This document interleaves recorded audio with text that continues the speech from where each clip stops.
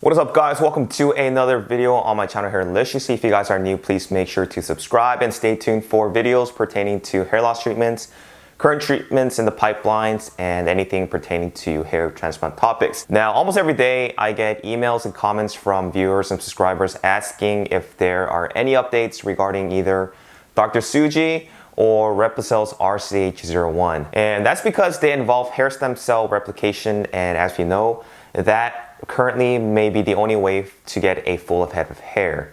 Literally the possibility of going from a Norwood 7 Dr. Phil to a Norwood 0 with a juvenile hairline. So the good news is that a few days ago, Replicel actually shared a newsletter addressing the company's progress and their product development, including RCH-01. Now, before I dive into this topic, and for those who don't know anything about Replicel's RCH-01, let's go ahead and recap over exactly what Replicel's RCH-01 is based on, since it's been forever since I have even talked about this topic and since the last update. So let's go ahead and get into the basics, and then I will discuss what happened in that newsletter and discuss the update. So to sum it up, Replicel's RCH-01 is a hair growth treatment which involves the process of culturing a person's own follicles from the back of their scalp and then re-injecting them back into areas where you're balding. So per Replicel, it works by a small punch biopsy that is removed from a person's healthy hair follicles from the back of the donor zone, which is the DHT resistant area. So it kind of works like an FUE where they extract the grafts from the back of the scalp. The hair follicle is then going to be dissected, leaving the hair's root. The derma sheath cup, which surrounds the hair root, is inverted to reveal the derma papilla, which is then discarded. And then in a growth medium, the isolated derma sheath cup cells are multiplied to yield millions and millions of new hair cells, and then they are going to be drawn up into a syringe for injection.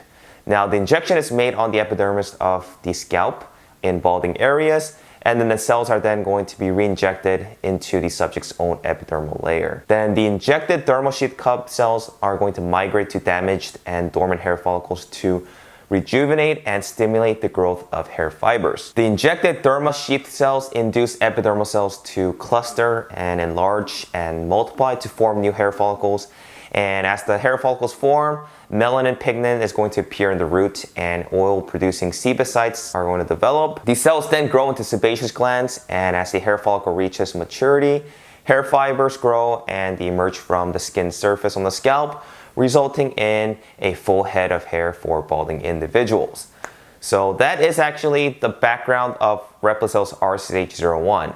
Now, in 2017, Replicel completed their phase 1 human clinical trial of RCH-01 in patients suffering from androgenetic alopecia, which confirmed and proved that the product's safety and provided good indications on the product's efficacy in terms of minimizing hair loss and also increasing hair density in patients from their 5-year trial. There were no serious adverse events which were reported in any of the patients, and this also included the absence of tumor masses from the site of RCH-01 injection. Now, we talked about this, but anytime you are multiplying stem cells, there is the possibility of not being able to control that, which is cancer. Clinical phase 2 trials are underway for Replicel to determine the best dosage of cells to see intended results and to see how many rounds of injections are going to be required to achieve the most optimal and intended results. Now, as you guys know, Replicel has partnered up with Shiseido in Japan.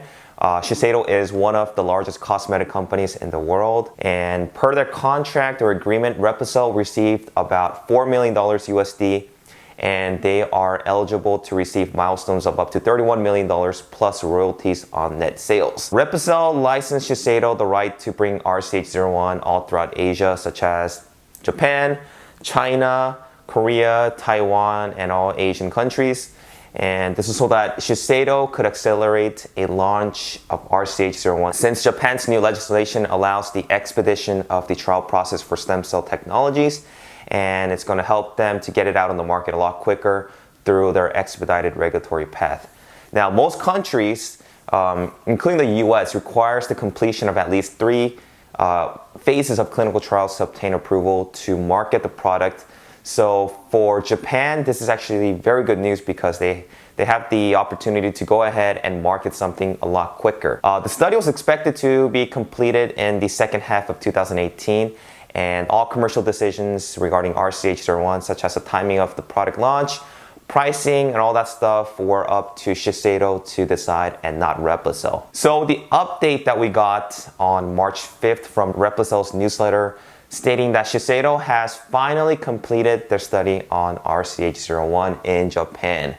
Shiseido is expected to announce soon whether it is going to commercially launch the product in Japan through their expedited regulatory path, or if they actually need to conduct further development and clinical testing. Replicel, on the other hand, has stated that they will not plan for a phase 2 clinical trial of this product until they have their other product, which is RCI-02 injector, commercially available to use in such a trial, and until it has clarity from Shiseido regarding its plans for the product in Japan. RCH-01 is a dermal injector that is designed to deliver cells, dermal fillers, drugs. The disagreement regarding the status of the agreement between Shiseido and Replicel remains unresolved, but it is not the subject of any litigation or arbitration.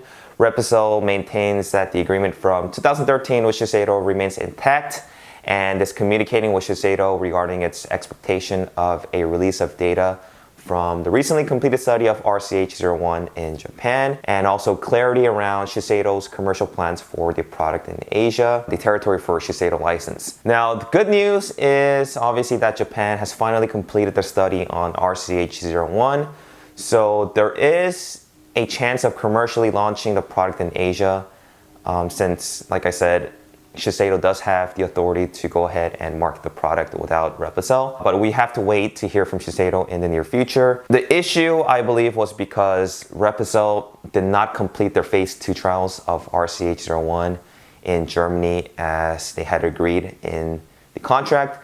So Shiseido is claiming that they are not bound by the contract anymore and that they don't have to share the results with Replicel. So either way, the next thing to do is wait for Shiseido and see which direction that they are planning on going with RCH-01. I'm not sure if this is the best kind of news, but hopefully Replicel and Shiseido get their things together, and we hope to hear from Shiseido on what their next plan of action is going to be, given that their clinical trials in Japan are completed and hopefully they go into commercialization of RCH-01 instead of further developing and clinical testing. I don't know if Shiseido is going to wait for Replicel to complete their phase 2 trials of their injectors. That is also a possibility. That means it's going to get pushed back, but we just have to wait and see what Shiseido is going to say. But we should hear back from Shiseido because they did complete their phase 2 clinical trials. It's just a matter of just waiting. Hopefully, fingers crossed, we have good news, but we just have to wait and see. Anyways, guys, thanks for watching. Let me know what your thoughts are on Replicel and Shiseido's RCH-01, and I will go ahead and talk to you guys next time. Take care.